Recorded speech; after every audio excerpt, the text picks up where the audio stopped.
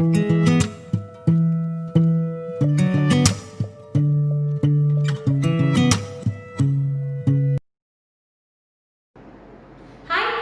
hai Bang, apa kabar? Ya, jumpa kembali bersama saya dalam pelajaran bahasa Indonesia. Ya, silakan kalian nikmati videonya, kalian pahami video pembelajaran yang akan saya berikan sesaat lagi. Baik anak-anak, kita bertemu kembali dalam pelajaran bahasa Indonesia untuk kelas 8 SMP Metodis Lubuk Pakam bersama saya Ibu Tuturan Liana Sinaga. Nah, kemarin kita sudah membahas mengenai indahnya berpuisi. Nah, ini masih berkaitan tentang puisi. Ya, hanya saja materinya berbeda. Ya, mengenai menyimpulkan isi puisi. Nah, perlu kalian ketahui terlebih dahulu apa itu kesimpulan atau menyimpulkan ya. Kesimpulan adalah mencari inti persoalan atau apa sih yang mau dibahas. Apa sih yang sedang dibahas dalam puisi tersebut? Ya, dalam isi puisi tersebut. Nah, itu masuk dari kesimpulan. Ya. Nah, bahasa yang digunakan dalam sebuah puisi tentu memiliki makna estetika. Ya, makna estetika kemarin juga kita sudah bahas. Estetika itu adalah estetik, indah, cantik, bagus, mempesona. Apanya? Kata-katanya tentunya, ya. Nah, selanjutnya dalam menyimpulkan isi puisi dapat diperhatikan beberapa hal, yaitu ya, di antaranya yang pertama, membaca puisi dengan seksama. Nah, membaca puisi dengan seksama. Seksama maksudnya adalah teliti, cermat, sungguh-sungguh, ya, dengan hati-hati. Kenapa harus hati-hati? Karena untuk menyimpulkan suatu bacaan atau teks, baik itu teks puisi atau teks bacaan, perlu diketahui terlebih dahulu secara garis besar. Bagaimana caranya, Bu? Tidak hanya dengan melihat judulnya saja, tetapi harus kita mengetahui isi dari teks tersebut, ya.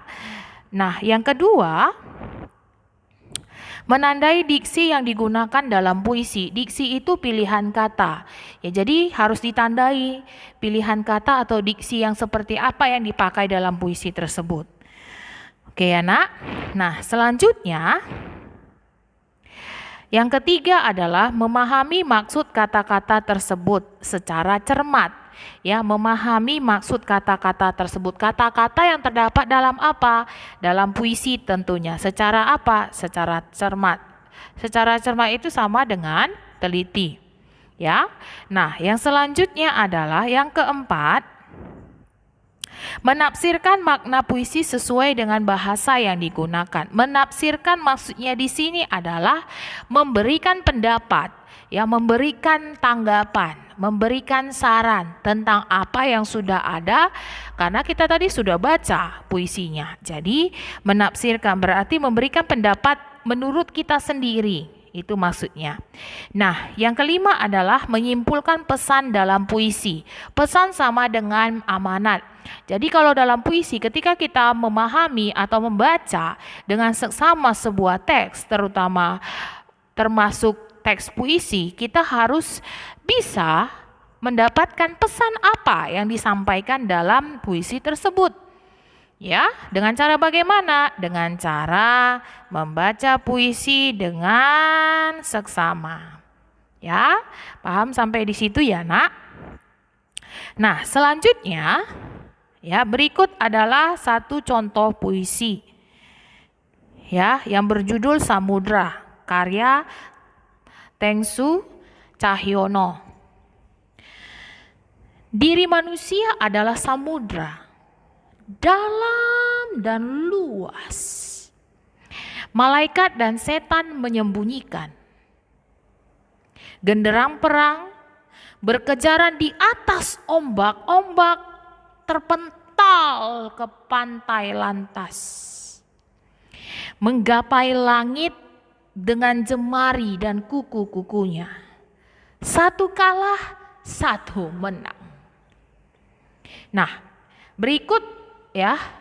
Itulah cuplikan dari puisi samudra. Ya.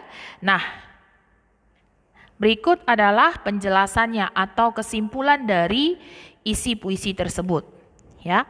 Penyair menggunakan bahasa yang berbeda dengan bahasa sehari-hari sehingga perlu dipahami dengan cermat.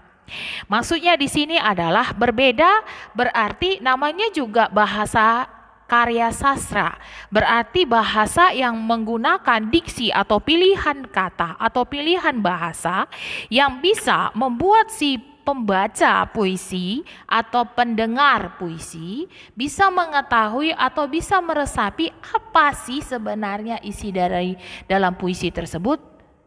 Itu maksudnya, ya. Nah, selain itu, ungkapan dari kata atau kalimat diri manusia adalah samudra, maksudnya adalah manusia memiliki jiwa yang luas yang tidak mudah dipahami oleh orang lain. Seperti halnya orang akan menyelam di samudra yang dalam tentu akan sulit. Nah, maksudnya di sini adalah semua kita, jangankan kakak adik, sama-sama kembar saja, sekalipun dia kembar identik. Sifatnya, tidak hanya sifatnya, bahkan dari segi fisiknya saja sudah berbeda, pasti ada yang berbeda. Sekalipun dia identik. Identik itu maksudnya sulit untuk dibedakan, tetapi pasti ada satu saja atau dua hal yang dapat membedakan mereka. Baik itu dari segi fisik maupun dari segi penampilan atau sifat dan karakter, ya. Itulah yang merupakan unsur lahir dan unsur batin, ya.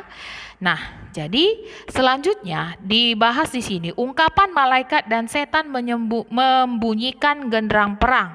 Maknanya adalah manusia sebagai sisi baik disebut malaikat, manusia sebagai sisi buruk disebut setan, ya. Jadi maksudnya ini adalah ketika dia sisi baik disebut malaikat, ketika sisi buruk disebut setan. Itu dia, ya nak ya. Paham sampai di situ ya? Nah, pesan dalam puisi tersebut memiliki pesan yaitu manusia harus dapat mengendalikan sifatnya. Seseorang jangan sampai dikuasai oleh sifat buruk dan harus memperbanyak sifat baiknya. Ya, jadi sama halnya seperti kita, ya. Kita tahu kalau misalnya kenapa kita masih tetap diberikan kesempatan, berarti banyak hal yang harus kita perbaiki dalam hidup ini. Ya, jadi harus memperbaiki setiap saat, tidak hanya setiap hari, tidak hanya setiap bulan, tetapi setiap saat. Ya, nah itu dia, ya. Nah, selanjutnya di sini juga ada saya bahas, ya, tapi saya tidak akan membahasnya lebih dalam. Saya akan memperkenalkan, ya, karena nanti selanjutnya biar tahu kalian apa saja jenis-jenis puisi, ya. Puisi lama disebut puisi terikat karena puisi ini masih terikat dengan aturan-aturan tertentu. Puisi lama ini diciptakan sebelum adanya pujangga baru yang sekarang tidak terikat dengan aturan-aturan tertentu. Jenis-jenis puisi lama ada mantra, pantun, seloka, talibun, syair, karima, dan gurindam. Selain dengan puisi lama, ada merupakan puisi baru, yaitu karya sastra atau puisi tidak terikat oleh aturan-aturan baku, baik dari segi suku, kata, bait, rima, dan lain-lain. Ya, jenis-jenisnya apa-apa saja.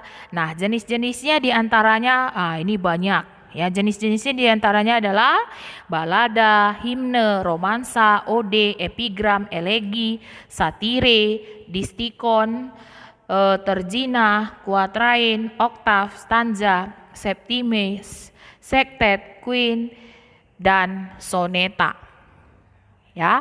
Nah, selanjutnya berikut merupakan periodisasi puisi. Maksudnya bagian-bagian atau tahapan-tahapan, ya, atau perubahan-perubahan yang dialami oleh puisi, ya. Di antaranya adalah Berdasarkan periodisasinya, puisi dapat dibedakan menjadi puisi lama, puisi baru, dan puisi kontemporer. Ya, itu dia. Sudah paham sampai di situ ya, Nak? Nah, saya berharap kalian sudah paham mengenai menyimpulkan isi puisi. Jadi intinya menyimpulkan isi puisi itu kalian harus membaca terlebih dahulu teks puisinya, kemudian kalian cari dan kalian buat kembali dalam bentuk bahasa kalian sendiri. Sudah? Nah, cukup sekian dan terima kasih penjelasan dari saya untuk hari ini. Hahaha, bagaimana? Sudah jelas pembahasannya melalui video pembelajaran tersebut? Nah, bagi kalian yang belum jelas, silakan lihat kembali, amati kembali video pembelajaran